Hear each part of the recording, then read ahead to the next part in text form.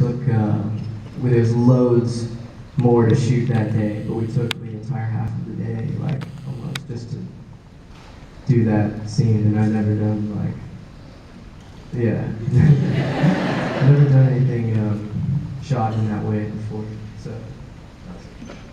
I can't believe we had crappy trailers. Nobody told me. Okay. Moving on from the trailers, yes. Is there anyone there in the balcony? Great. Yeah, huge. Yeah, what is that? Yeah. Why wasn't it anymore? Any other questions? Yes, go ahead. I'm just curious if the music distributed around the set was on purpose, or that just music happened to Pet Shop Boys tape and some of the other stuff that was in a number of the scenes. Her question is about the music in the film. Was that just things that you happened to have around, like the Pet Shop Boys and all of that, or was it more specific? Do I understand your question right? Yeah, that was Okay. Where's Pet Shop Boys? the beginning. Pet Shop Boys.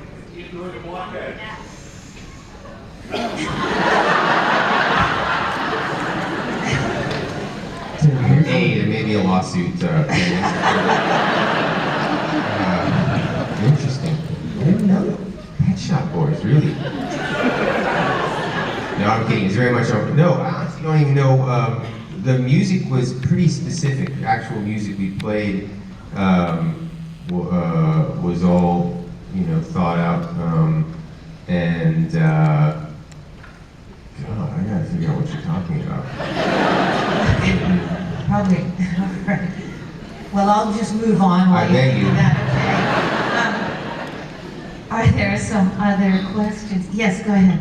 I think I caught at the bottom of credits that Jeff Bridges He thinks he caught at the end of the credits that Jeff Bridges got a special thanks, and then can you talk about that? I can, I think. In my day job, I sometimes shoot television commercials, and I shot a commercial for a big tackle football game in the United States that he was in, and he would just making small talk. He's a very nice, curious guy. He asked if he could see the film when it was sort of a rough cut station. I said sure, and then he gave me his address and said send it up here. And I sent it thinking, it's just nice of him to pretend he's going to watch it. And then 10 days later he called and he said he'd watched it twice and really liked it. And we talked about it at great length, to be honest with you. And he had a couple of little notes on the edit and stuff like that were really smart and insightful.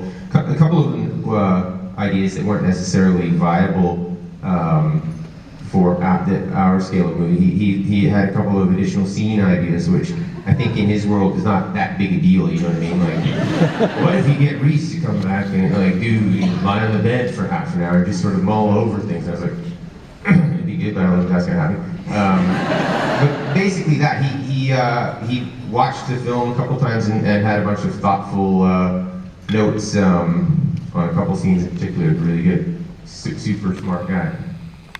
And nice. We have time for one more question. Is there anyone else that I'm not seeing over there? Yes, please. Her question's for the cast. What drew you particularly to this project?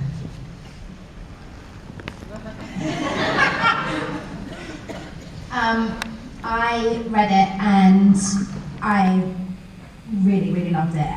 It moved me a lot. I ended up in tears, and I don't know, I thought it'd be a challenge to play somebody that has been in the limelight for that kind of mad universe that, it is to be a pop star in today's society, which I can't really fathom what that would be like, but I thought that would be an interesting challenge. And then I met with Tim early on. I remember I was in London. We met. I tried to take him to a restaurant that I was like, oh, this place is great, and it had shut down. And then I talked to him, and just the way that he felt about this project and the way he felt about approaching making this project just was something that I thought was going to be an incredible experience, learning-wise, fulfilling, and then, this one. I've been a big fan of for a long time. And this was actually the third film we've done together, but we'd never met before.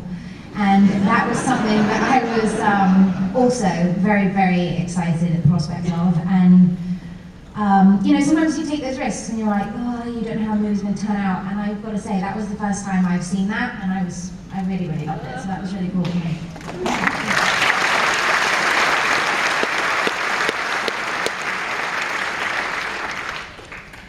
Yeah, I from the first read of the script, really, I just responded. I just saw it as it really felt.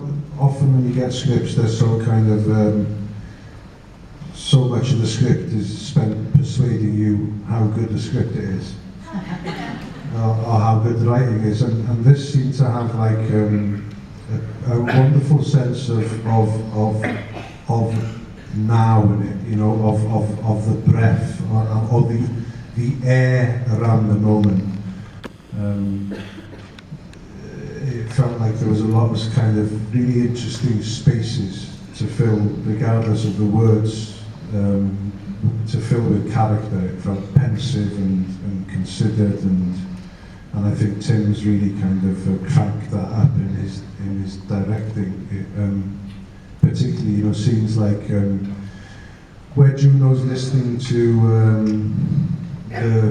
Jack's songs on the Walkman. You know, it kind of plays out for the whole song. I think that's beautiful. You really get a sense of that you're there with these people. You know, you get a kind of a sense of that house and where it is, or I do anyway.